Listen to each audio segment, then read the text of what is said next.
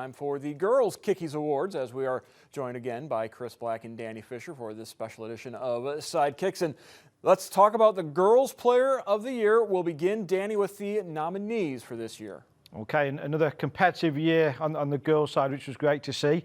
We got Bryn Gardner, Elena Ungerthred, Bella Mabry, Lauren Clark, Adele Francis and Liza Shami. All had really good seasons, really took their game to new levels as well, which was great to see. And again, really competitive on the girls' side this year again. Yeah, and very difficult. The track couldn't even decide. So Miranda Sullivan from St. Ursula and Bella Mabry from Clay tie there. And then you've got on the other side of it, then going through, you've got Jessica Gass from Perrysburg getting the District Player of the Year.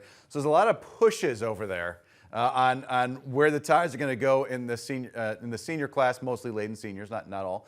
But yeah, I guess a tremendous wide one and a very difficult one to tell. So I'm just going to go and take the easy way out and say, yeah, it's going to go to the track player of the year and also the district player of the year. So a three-way tie for the Kickey for the Girls Player of the Year. Just a reflection of how deep this girls' season was this year, that we had so many good teams. That we've split the vote. 3 different winners for the Girls Kickey Player of the Year. So next up is the Keeper of the Year on the girls' side. Yeah, this year, 2 goalkeepers again did really well this year for their teams. We've got Mia Creech and we've got Caitlin Moeller. Again, both really solid years. Didn't concede a lot of goals between them, so made some really good saves as well in there as well. So there are 2 nominations for this year. Yeah, and you look at the seasons that some of our teams had, obviously playing great defense late with Anthony Wayne playing great defense, Perrysburg playing great defense, and those teams kind of continuing the tournament. So a lot of credit to all the goalkeepers and defenders for the full field. But at the end, I really thought Mia Creech was really special. I thought she did a great job, and what we did to get to see, obviously, her, because of so many of those athletes, their seasons got cut a little bit short, which was difficult, but really did a really nice job, and was fun to kind of watch her develop over the last few years into a fantastic netminder for Savannah Northview. And finally, for the Girls Coach of the Year, the nominees are? Okay, we've got Laurie Williams from Anthony Wayne, another great year for Anthony Wayne again. This year she's done a great job with that programme. We've got Cassie Memma over at Central Catholic as well, who's done really well this year. They played some good soccer and they had a good season this year. Jorge Diaz over at Perrysburg, again another good year for Perrysburg. Went a lot of games without conceding goals, got his team very organised and they worked really hard over at Perrysburg.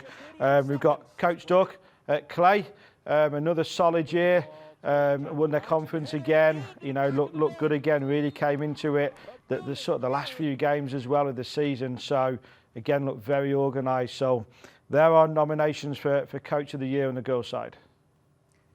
And just as players graduate and change the face of a program that's on the field, coaches also move on, and key assistant coaches like Eric Vandermeulen moving on to BGSU this year was a big hit for the Anthony Wayne program to take, along with all the players that left. But Jordan Lefevre comes back in, steps back into a familiar role with Coach Lori Williams, and Anthony Wayne keeps rolling all the way deep into the playoffs this year, which was super impressive. So it goes back. The Lori Williams Coaching Award goes back to Lori Williams and Anthony Wayne again this year. Credit to her, Jordan, the rest of their staff for the great job they do off the field, getting the kids ready, and then what they do during the season to really make sure they get the most out of their potential on the field. So that's going to do it for the high school soccer season. But gentlemen, the soccer season is not over. In fact, now is almost just as an important time for soccer players with the club season. Yeah, we're in full swing for a winter program now. We get the high school kids back into the program now. We have a couple of big ECNL weekends coming up in the next couple of weekends, and then 2 more ECNL weekends in December as well, for really our 10s through to 19s.